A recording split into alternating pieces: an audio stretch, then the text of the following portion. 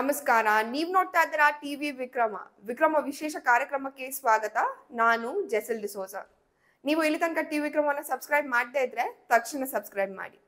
ನರೇಂದ್ರ ಮೋದಿ ಸರ್ವಾಧಿಕಾರಿ, Narendra Modi Hitler, Modiji ED IT ಅಂತಹ ಸರ್ಕಾರಿ ಇಲಾಖೆಗಳನ್ನ ದ್ವೇಷ ರಾಜಕಾರಣಕ್ಕಾಗಿ ಬಳಸ್ಕೊಳ್ತಾರೆ. ಮಾಧ್ಯಮಗಳನ್ನ ಕಂಟ್ರೋಲ್ ನಲ್ಲಿ ಇಟ್ಕೊಳ್ತಾರೆ.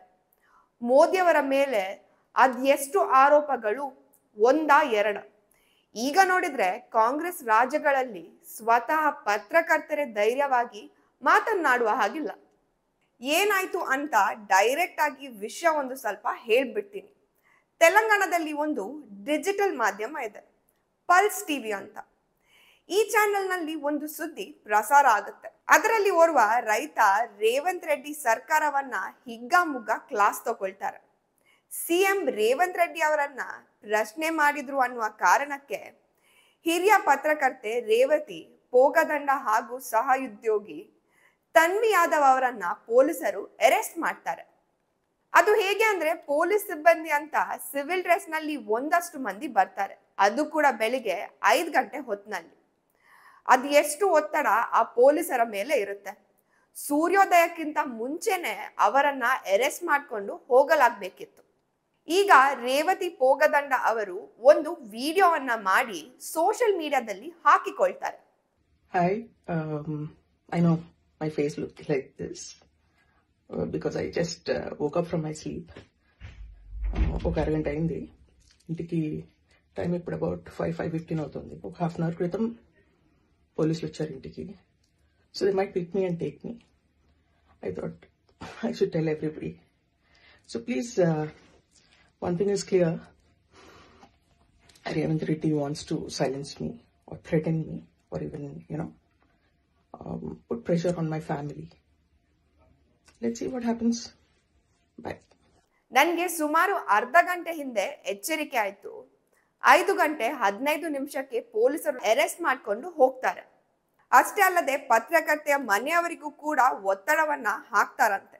ಜೊತೆಗೆ ಪಲ್ಸ್ ನ್ಯೂಸ್ ಯೂಟ್ಯೂಬ್ ಚಾನೆಲ್ನ ಆಫೀಸನ್ನ ಸೀಲ್ ಮಾಡ್ಕೊಂಡು ಹೋಗ್ತಾರೆ. ಈ ಅರೆಸ್ಟ್ ಆಗೋದಕ್ಕೂ ಹಿಂದಿನ ರಾತ್ರಿ ರೇವತಿ ಅವರು ತಮ್ಮ ಎಕ್ಸ್ ಖಾತೆಯಲ್ಲಿ ಒಂದು ಪೋಸ್ಟ್ ಅನ್ನ ಹಂಚ್ಕೊಳ್ತಾರೆ. ಈ ವಿಡಿಯೋ ಹಾಗೂ ದೂರಿನ ಪ್ರತಿಯನ್ನ ಅದರಲ್ಲಿ ಹಂಚಿಕೊಳ್ತಾರೆ. ಜೊತೆಗೆ ಜನರಿಗೆ ಎಚ್ಚರಿಕೆಯನ್ನ ಕೂಡ ಕೊಡ್ತಾರೆ. ತೆಲಂಗಾಣ ಕಾಂಗ್ರೆಸ್ ಕೇಸ್ಗಳನ್ನ ದಾಖಲಿಸೋದ್ರಲ್ಲಿ ಬ್ಯುಸಿಯಾಗಿದ್ದಾರೆ, ನೀವಿದನ್ನ ಶೇರ್ ಮಾಡೋದಕ್ಕೆ ಹೋಗ್ಬೇಡಿ ಅಂತ. ಈಗ ಹೇಳಿ, ವಾಕ್ ಸ್ವಾತಂತ್ರ್ಯವನ್ನ ಹತ್ತಿಕ್ತಾ ಇರೋದು ಯಾರು?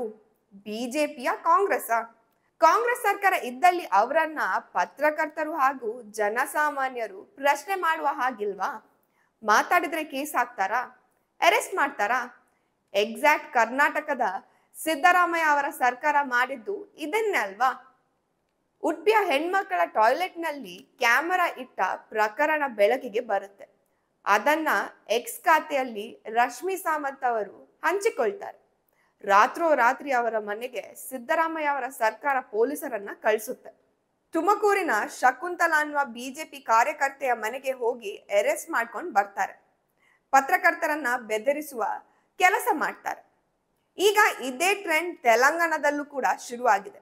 ಉತ್ತರ ಪ್ರದೇಶ ಹಿಂದೆ ಹೇಗಿತ್ತೋ ಅದೇ ಸಂಸ್ಕೃತಿ ಕರ್ನಾಟಕದಲ್ಲೂ ಹಾಗೂ ತೆಲಂಗಾಣದಲ್ಲೂ ಶುರುವಾಗಿದೆ. ರಾಹುಲ್ ಗಾಂಧಿ ಅವರೇ, ನೀವು ಮಾತನಾಡುವ ಪ್ರಜಾಪ್ರಭುತ್ವ ಇದೇನಾ? ಹೀಗೆ ಪತ್ರಕರ್ತರ ಮೇಲೆ ಕೇಸ್ ಹಾಕಿ ಅರೆಸ್ಟ್ ಮಾಡಿಸೋದು ಸಂವಿಧಾನದ ಭಾಗವಾ? ದಯವಿಟ್ಟು ಮೊದಲು ನಿಮ್ಮ ಸರ್ಕಾರಕ್ಕೆ ಸಂವಿಧಾನದ 19ನೇ ವಿಧಿಯನ್ನ ಕಲಿಸಿ. ಯಾರು ಇವರ ಕಾಲಿಗೆ ಬೀಳೋದಿಲ್ವೋ ಅವರನ್ನ ಹೀಗೆ ಅರೆಸ್ಟ್ ಮಾಡಿಸಿ ಬೆದರಿಸಬಹುದು, ಅವರ ಧ್ವನಿಯನ್ನ ಹಕ್ಕಿಕ್ಕಬಹುದು ಅನ್ಕೊಂಡ್ರೆ ಅದು ನಿಮ್ಮ ಮೂರ್ಖತನ. ಇದೇ ಮುಂದುವರೆದ್ರೆ ಮುಂದೆ ಇರುವ 3 ಮತ್ತೊಂದು ರಾಜ್ಯವನ್ನ ಕಳೆದುಕೊಳ್ಬೇಕಾಗುತ್ತೆ. So be careful. TV Vikrama, ದೇಶ ನಿಮ್ಮ ಕೈಯಲ್ಲಿ. ಈ ಕಾರ್ಯಕ್ರಮ ನಿಮಗೆ ಇಷ್ಟ ಆಗಿದ್ದಲ್ಲಿ ಲೈಕ್, ಶೇರ್ ಹಾಗೂ ಕಮೆಂಟ್ ಮಾಡಿ. ಟಿವಿ ವಿಕ್ರಮದ ಕಾರ್ಯಕ್ರಮಗಳನ್ನು ನಿರಂತರವಾಗಿ ವೀಕ್ಷಿಸಲು ಸಬ್ಸ್ಕ್ರೈಬ್ ಮಾಡಿ, ಬೆಲ್ ಐಕನ್ ಒತ್ತಿ.